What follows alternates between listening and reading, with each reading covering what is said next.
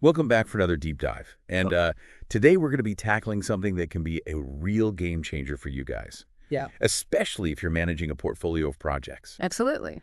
We're talking about the Markovitz model and the efficient frontier. Very cool. And trust me, it's not as intimidating as it sounds. Right. We're going to break it down and make it super practical for you. Absolutely. We're going to be diving into the work of Harry Markowitz himself to get to the core of this. Yeah, it's fascinating how he, took this complex idea of balancing risk and return Right. and made it practical. I mean, his work really changed the way we think about investing. And as you'll see, it can apply to much more than just stocks and bonds. Okay, so let's start with the basics. What exactly is the efficient frontier?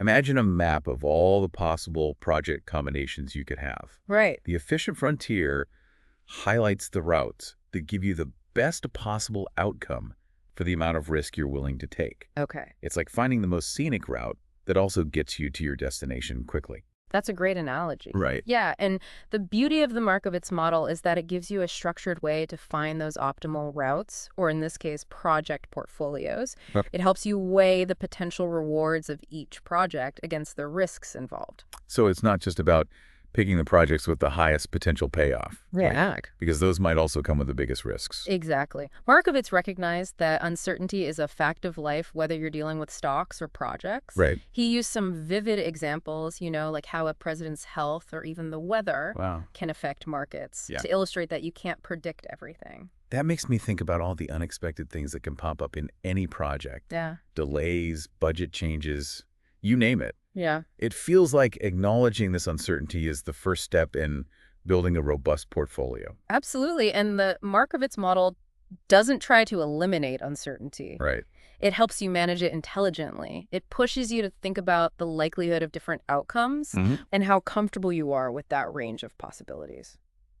So how does this all tie into building an efficient portfolio of projects? What makes one portfolio better than another according to this model? That's where the concept of efficiency comes in. An inefficient portfolio is like taking a longer, bumpier road when a smoother, faster one is available. Okay. You're taking on more risk than necessary for the potential return you're targeting. Got it. The efficient frontier is all about finding those smoother routes, the portfolios where you're minimizing risk for a given level of return. Okay, that makes sense. But I have to admit, I'm still a bit fuzzy on how we actually build this efficient frontier for a portfolio of projects. It feels like we need to connect the dots between these theoretical concepts and practical steps. You're right. Let's get more concrete. Imagine you have a list of potential projects, each with its own projected return and a level of risk associated with it. Okay. We also need to consider how these projects relate to each other. Do they depend on each other's success? Could one project's failure impact another? That's where the idea of correlation comes in. So it's not just about the individual projects, but also how they interact as a group. That's interesting. Exactly. And this is one of the most insightful aspects of Markovitz's Right. work. Yeah. He realized that by combining assets, or in our case, projects that don't move in perfect lockstep, Yeah. you could actually reduce the overall risk of your portfolio without sacrificing returns. Wow. Just like diversifying your investments can make your financial portfolio more stable, Right. diversifying your project portfolio can help you weather unexpected storms. I like that. That's a great analogy. Yeah. Okay, so I'm starting to get the big picture here, Good. but I think we need to keep unpacking this. Yeah, let's do it. So how do we actually measure this correlation Yeah. between projects? It sounds a bit abstract when we're talking about things like marketing campaigns and product launches. Yeah, that's a great question. It requires some careful thinking, but it's definitely doable. For projects, correlation could represent how much they rely on shared resources, Okay. have overlapping timelines, or depend on similar market conditions. Okay. For example, if two projects both rely heavily on the same team of engineers, their success might be closely tied together. If one project gets delayed, it could easily push back the other, increasing the overall risk. That makes perfect sense. So projects with a high degree of interdependence would have a high positive correlation, right? Exactly. And projects that operate more independently would have a lower correlation. Exactly. And just like with financial assets, projects with a negative correlation can be incredibly valuable. Interesting. This means that when one project is doing well, the other tends to underperform and vice versa. Okay. This kind of counterbalancing effect can make your overall portfolio much more resilient to unexpected events. I'm starting to see how this all comes together. Good. We need to assess each project's potential return and risk, Right. then figure out how those risks are interconnected. Uh, But how do we actually plot all of this on a graph to create that efficient frontier? well, in reality, you wouldn't be plotting points manually. You'd use software design for portfolio optimization. Okay. These tools can crunch the numbers and generate the efficient frontier based on the data you input. Okay. But let's simplify it to get the general idea. Perfect. I think a simplified example would be really helpful. Imagine we have a hypothetical portfolio of just 3 projects. Great idea. Let's call them Project A, Project B, and Project C. Each one has a projected return on investment and an estimated level of risk. Let's also assume we've analyzed their interdependencies and have some sense of their correlation. Okay, I'm visualizing this. Mm-hmm. Now, how would we plot these projects on a graph to get a sense of the efficient frontier? Think of it this way. The x-axis of our graph represents risk, and the y-axis represents potential return. Okay. Each project becomes a point on this graph with its position determined by its risk and potential return. Okay. Project A might be low risk, low return, while Project B is high risk, high return, and Project C falls somewhere in between. Okay, so we have these 3 points scattered on our graph. Right. Now, where does the efficient frontier come into play? The efficient frontier is the curve that connects all the portfolio combinations that offer the best possible return for each level of risk. To find it, you have to imagine combining these projects in different proportions. Maybe you put 50% of your resources into Project A and 50% into Project B. Right. Or perhaps you spread your resources evenly across all 3. So each point on the efficient frontier represents a specific mix of projects, right? Yes. And the shape of that curve is determined by the individual project data and their correlations. Yeah. This is starting to make a lot of sense. Exactly. Now remember, this is a very simplified illustration. Sure. In reality, with dozens or even hundreds of potential projects. Right. Calculating the efficient frontier becomes much more complex. Yeah.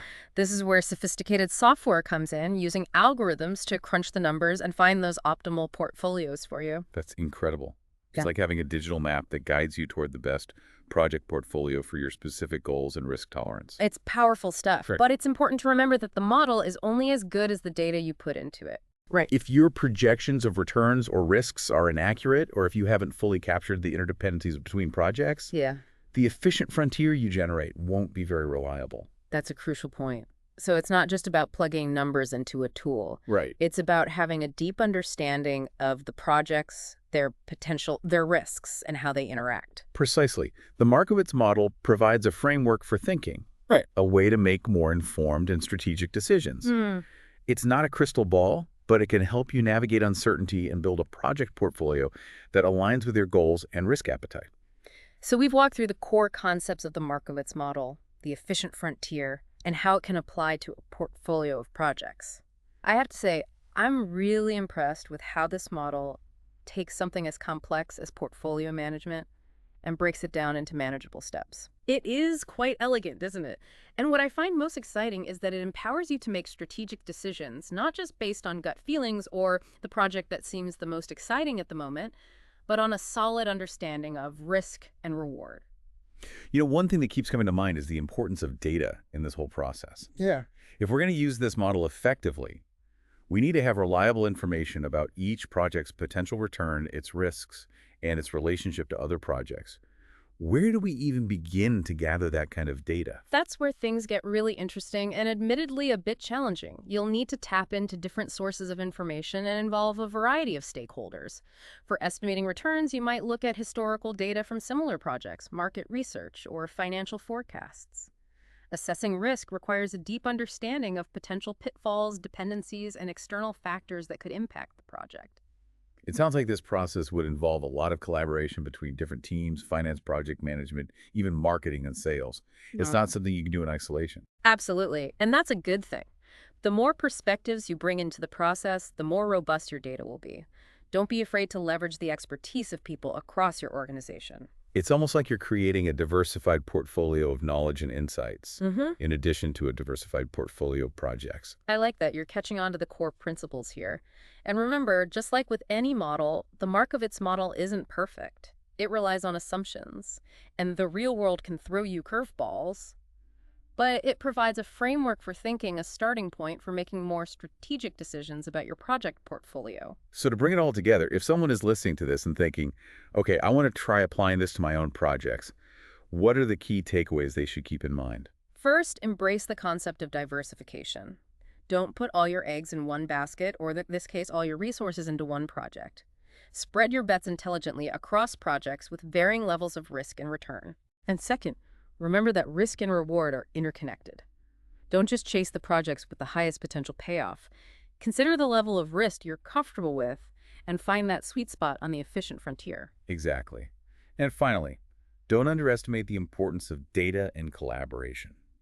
Gather as much information as possible from diverse sources and involve people from different parts of your organization.